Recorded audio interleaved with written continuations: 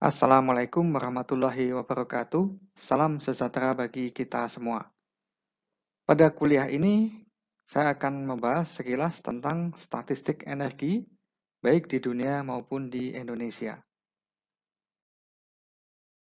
Ini adalah grafik statistik minyak konvensional di Indonesia dari tahun 1980 sampai 2017. Kalau kita lihat di sini, ada yang kurva yang berwarna merah di sini. Ini menunjukkan cadangan terbukti yang kalau kita lihat di sini mengalami penurunan yang terus-menerus dari tahun 1980 sampai 2017. Mengapa demikian? Kalau kita lihat di kurva yang di atas sini, dua kurva yang di atas di sini berwarna hitam dan kuning, ini adalah kurva produksi. Kita pernah mengalami produksi yang cukup besar di masa yang lampau, terutama di daerah ini, sekitar tahun 1990-an. Sehingga cadangan terbukti minyak di kita mengalami penurunan dari tahun ke tahun. Dan yang di sisi yang lain yang cukup menarik, kurva yang berwarna biru di sini, ini adalah kurva yang menunjukkan konsumsi minyak di Indonesia. Dan kalau kita lihat di sini, ini adalah satu waktu di mana konsumsi di Indonesia, konsumsi minyak di Indonesia itu melebihi kapasitas, melebihi produksi minyak di Indonesia. Ya, sehingga pada saat inilah kalau kita tarik di sini sekitar tahun 2004 ya, itu kita resmi menjadi negara net importer untuk minyak. Sehingga kalau kita lihat di sini pada tahun 2008 Indonesia resmi keluar dari OPEC. Kemudian ini adalah grafik yang menunjukkan statistik gas di Indonesia dari tahun 1980 sampai 2017. Kalau kita lihat di sini, cadangan terbukti natural gas ini yang di bawah dalam TCF ya, trillion cubic feet, itu relatif mengalami kenaikan seperti ini.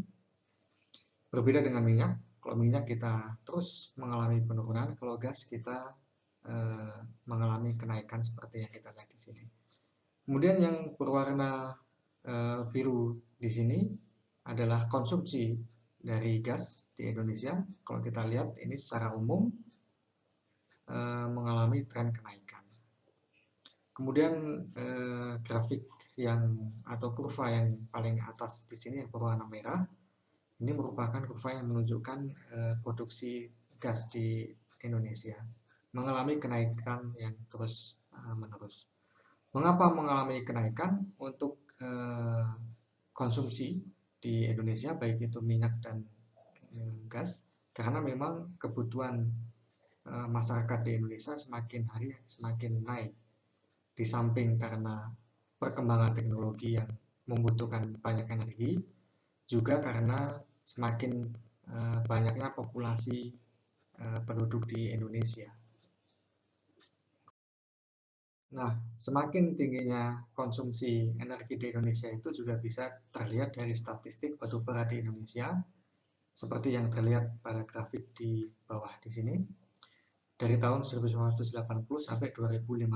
Kalau kita lihat, yang berwarna merah ini adalah produksi batubara, kemudian yang berwarna biru ini adalah konsumsi batubara. Semakin naik dari tahun ke tahun.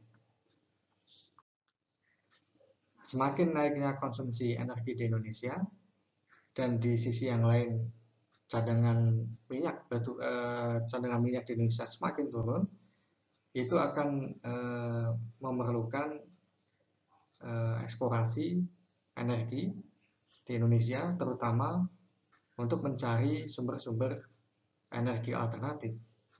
Salah satunya adalah sumber daya energi yang bersifat non-konvensional, yang jenis-jenis energinya nanti akan kita pelajari dalam satu semester ini. Kemudian ini adalah beberapa grafik yang menunjukkan kondisi permintaan energi di dunia. Yang menarik dari beberapa grafik di sini adalah bahwa permintaan energi dunia itu masih didominasi oleh energi fosil hingga tahun 2040 sebagaimana yang diprediksi oleh BP Energy yang bisa kita lihat dari BP Energy Outlook tahun 2018. Dari grafik di sini yang paling menarik adalah yang sebelah kanan. Kalau kita lihat di sini yang paling bawah ini adalah minyak fosil, kemudian di atasnya masih fosil juga yaitu gas. Kemudian yang di atasnya masih fosil juga yaitu adalah batu bara. Kalau kita lihat totalnya itu dari waktu ke waktu ini adalah histori. Kemudian dari sini ke sini adalah prediksi akan mengalami kenaikan terus-menerus untuk permintaan energi fosil ke depan. Nah, terkait dengan slide sebelumnya, memang energi fosil itu merupakan sumber energi yang kurang ramah karena pemanfaatan dari energi fosil tersebut dapat meningkatkan neraca karbon dalam bentuk karbon dioksida di atmosfer, yang itu akan meningkatkan efek rumah kaca.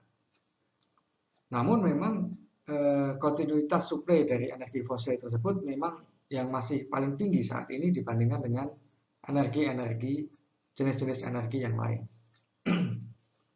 Sebagai contoh, beberapa contoh, yang pertama adalah energi geotermal.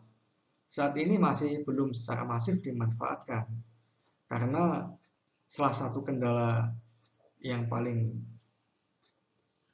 membatasi itu adalah biaya eksplorasinya yang masih sangat tinggi, sehingga nilai keekonomiannya belum tercapai secara signifikan pada saat ini. Kemudian yang berikutnya adalah energi dari biofuel. Sumber energi ini memang cukup ramah lingkungan, namun kontinuitas produksi dan juga kontinuitas suplai dari biofuel ini masih sangat rendah, masih sangat tergantung dengan musim. Biofuel itu diambil dari tumbuh-tumbuhan, di mana tumbuh-tumbuhan itu tumbuhnya itu sangat tergantung dengan musim. Sehingga karena kontinuitasnya sangat rendah, kontinuitas suplainya itu sangat rendah, itu dinilai kurang bisa menopang kebutuhan energi dunia yang sangat besar ke depan untuk kondisi saat ini. Kemudian yang berikutnya adalah energi nuklir. Nah, ini merupakan sumber energi yang efisien. Namun kalau kita lihat negara-negara maju pada saat ini sudah mulai mengurangi produksi energi dari nuklir untuk menghindari fatality yang cukup besar. Kita masih ingat beberapa waktu yang lalu, hampir 10 tahun yang lalu, terjadi gempa dan tsunami di daerah Sendai di Jepang yang menimbulkan bahaya yang cukup besar karena rusaknya reaktor nuklir di daerah tersebut. Baik, sampai di sini pembahasan kita kali ini. Apabila ada hal yang ingin didiskusikan, silakan bisa melalui beberapa opsi seperti yang tertera di samping. Assalamualaikum warahmatullahi wabarakatuh.